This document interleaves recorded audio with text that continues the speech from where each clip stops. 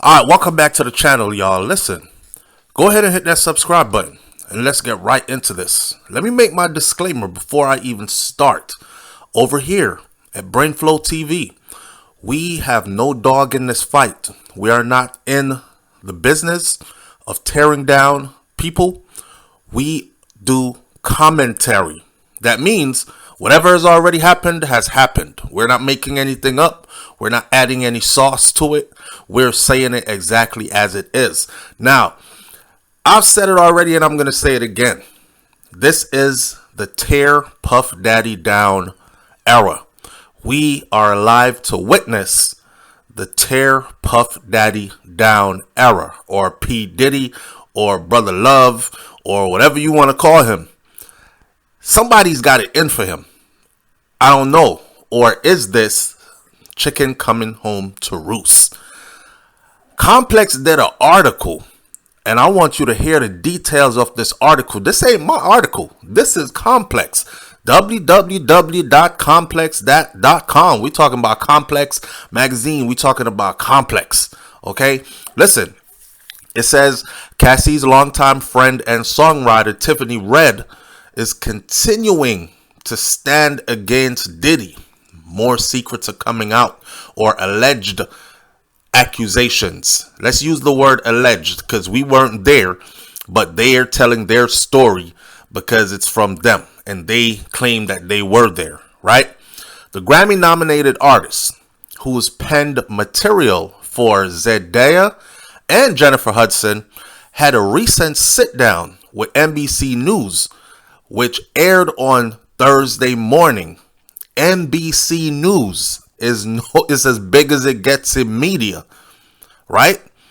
In the 7-minute segment, she elaborated on her Rolling Stone open letter, also detailing the timeline when she became friends with Cassie. Now, y'all know already Cassie used to be with Puffy, and Cassie and Puffy were an item as in boyfriend-girlfriend type relationship. She was also signed to his label as an artist.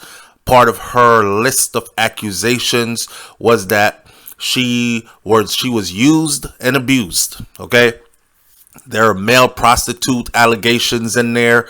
She would be ordered to hire these male prostitutes, and when they came, she would partake in sexual stuff with these men while Puffy sat there enjoying the moment, stroking his schlong long, and probably even interacting with them into what turned into a big old groupie. Freakoff is the word that she used.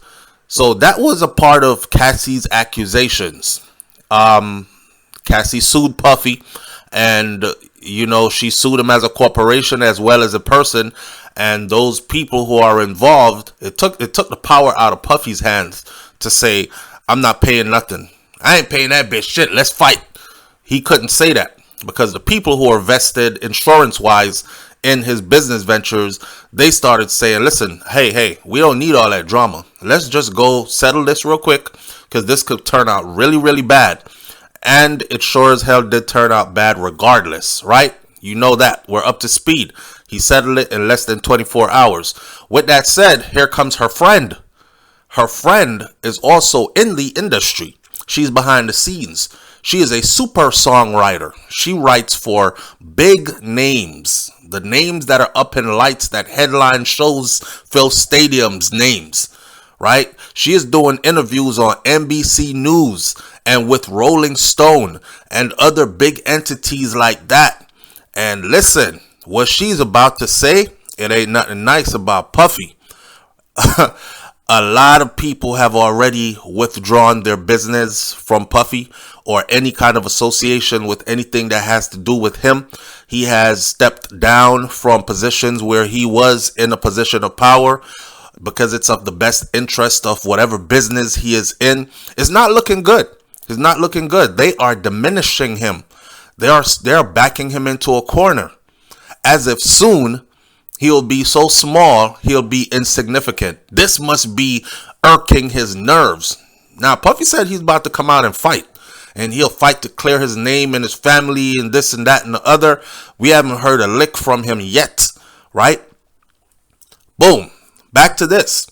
In the 7-minute segment that she elaborated on her Rolling Stone open letter after detailing the timeline which she became friends with Cassie, the two met in 2015 when Cassandra, Cassie Ventura, and Diddy had been in a relationship for nearly 8 years.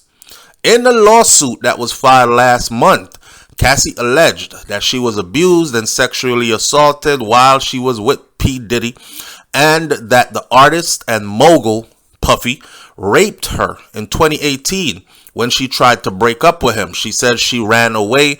He couldn't find her for weeks or whatever, something like that. And then, it's a man with power. He got people, and people find you.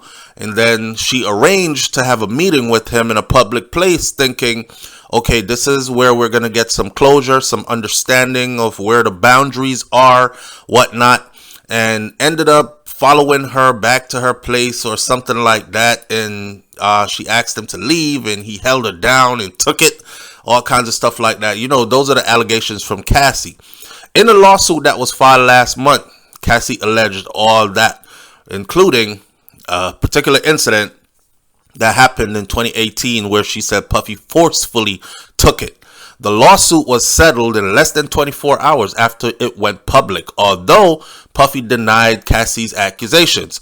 He has also been handed 3 additional lawsuits, including one from a woman who says that she was 17 when she was raped by Diddy, and 2 other men in 2003. That one is really bad because young girl, at the time, 17, high school student, she has pictures. And pictures from back in the day, it's not altered pictures, it's pictures. So he can't even say, oh, she wasn't there. Just the mere fact that she was there without parental consent makes it look bad. So whatever else is said after that is going to be taken as facts. Former songwriter and longtime friend of Cassie now. She moving around like a damn elephant in a glassware store. She just mashing up everything, right? Cassie's longtime friend and songwriter Tiffany Red, she sat down with NBC to discuss what she witnessed in an effort to validate Cassie's claims. She says that some songs were only given to Cassie if Cassie participated in the Freakoffs with Diddy. Songs were only given to Cassie if Cassie participated in the Freakoffs with Diddy. So him having her under his control, you're an artist and you're trying to get your work promoted. You're trying to have the head of your label respect your game and put you out and put money behind you and promote your projects. Release my album, put me on these big shows, put me on a platform for the world to see me. And that, she's saying, was hung over Cassie's head. Basically, you don't get to record these songs and get to perform them on these TV shows and whatnot unless you get in here and get down with the get down. But Red continued to corroborate Cassie's claims, saying that she witnessed firsthand verbal abuse, notably during Cassie's 29th birthday in 2015, when Diddy demanded a freak off. Ooh-wee. In the lawsuit, Cassie alleged that the sessions were held between the couple and male sex workers, those whom she often booked at Diddy's request. Golly. Now, if this your woman, right? Why are you booking male sex workers to have freak-offs with your woman? If this is your bona fide woman, which Cassie was for 8 years, right? That's kind of weird in itself. I mean, the average heterosexual man would book females. So he would find... I don't even have to spell it out. But let's get on with the story, okay? So he had her backed into a corner. This is what Red said. Red said Puffy had Cassie backed into a corner and literally, figuratively, not figuratively, but literally, physically speaking, backed her all the way into a corner. And he was like cussing her out with his hand in her face, Red recalls about the incident which took place at a karaoke bar. Red was staying at Cassie's home that evening and said her sleep was disturbed by Diddy yelling and calling Red an emotional singing bitch. I feel like I was in the presence of his monster inside. And I remember looking in his eyes and I said to him, "What did y'all do?" Red said, "What did y'all do?" Because I could see that she was really sedated. And that was the first time I ever seen her high before. So apparently, Cassie had to go participate in a freak off and they would like sedate her, drug her up. So she took parts and didn't care kind of thing. God damn. Now, Red continued and she said, and he says, "Tell your girl she wants some birthday dick." He's saying this to me and I'm like, well, she don't have to have sex with you if she doesn't want to. The singer-songwriter called Diddy's dangerous. She said he is a dangerous man and that it was clear that Cassie didn't want to be a part of those things he was doing. Red also claimed that Cassie told her about the Freakoffs, how he would have her hire the men and then they would get down with the get down. And that Diddy wouldn't allow her to record any music unless she participated in the sex sessions. So all of our music, all my work, to find out I spent all these years writing these songs for him to rape my friend too. It's like, it's just disgusting, she added. Now, Red went on to share that Cassie told her about other incidents, including Diddy giving her a black eye before the premiere of the 2016 romantic comedy, The Perfect Match. Red also confirmed that she thinks Diddy is a dangerous person, she said, "Look at his rap sheet with feuds and criminal charges that go back decades.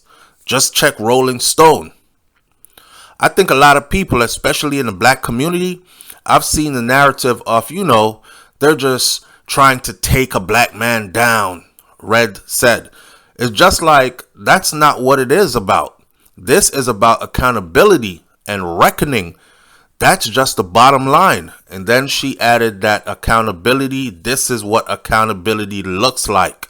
Diddy being behind bars and retribution for everyone involved. That's what accountability looks like. All of the moments, all of the times. These are our careers, she added. With that said, I'm saying this is the take Puff Daddy down era. Dartha Skay says, I swear that I should have been a rapper. I just got so much bad boy in me as my man Chocolate Sugar Diddy. Ska saved my life, thus the moniker. But hip-hop? Oh, wow. That makes me reconsider my relationship with white Jesus. I'm an old cowhand from the Rio Grande. My legs are bow from the whatever. I don't know. Just one ridiculous comment. End of the day, man. Puffy is like 54 years old, 55 years old, something like that. Mid-50s. I just think, it's time for the chew up and spit out. It's a pause. It's time for the beat down. Pause on that. It's time to diminish Puff Daddy. That's what I think it is. And I don't know if it's something he did and his handlers or his overseers or his bosses are taking him all the way down. I see Brother Umar Johnson said, regardless if Puffy is guilty or innocent of these sexual crimes that they're alleging he did, like raping Cassie in 2008 and the 17-year-old high school girl and all that other stuff, regardless if he is guilty or not, those people who are above him, they knew all that already. and they just had that waiting just in case you stepped out of line. They have the power to make all that go away. But they're punishing him. And they're punishing him because he brought a lawsuit against some drink company, some alcohol company, and the lawsuit is based on discrimination, which it probably looked like he was going to win that lawsuit. So boom, here comes all this, and then there are no more talks off that lawsuit. I don't know if that's true or not. I'm just saying what Brother Umar said. But I'm seeing the end of Puffy as we know him to be. This could very well end up being an R. Kelly situation. You know, R. Kelly made really good music, and a lot of us grew up on his music, and we liked his music. And now, playing R. Kelly in public or listening to R. Kelly out loud where other people are witnessing you listening to R. Kelly's music is kind of almost taboo. If you like R. Kelly, you probably play his music inside the house, or you probably play it in your earbuds, headphones, but you ain't playing R. Kelly out loud and enjoying it and singing along to it in public. And if you do, there's at least one person close to you that's going to say, man, turn that shit off. Nobody want to hear that child molester, that sex abuser, that whatever it is. And I think this is where they're heading with Puffy. Leave your comments in the comment section below. Tell me if you think this is right. And I'll catch you on the next video. It's BrainFLoTv. Hit that subscribe button. I'm out. Peace.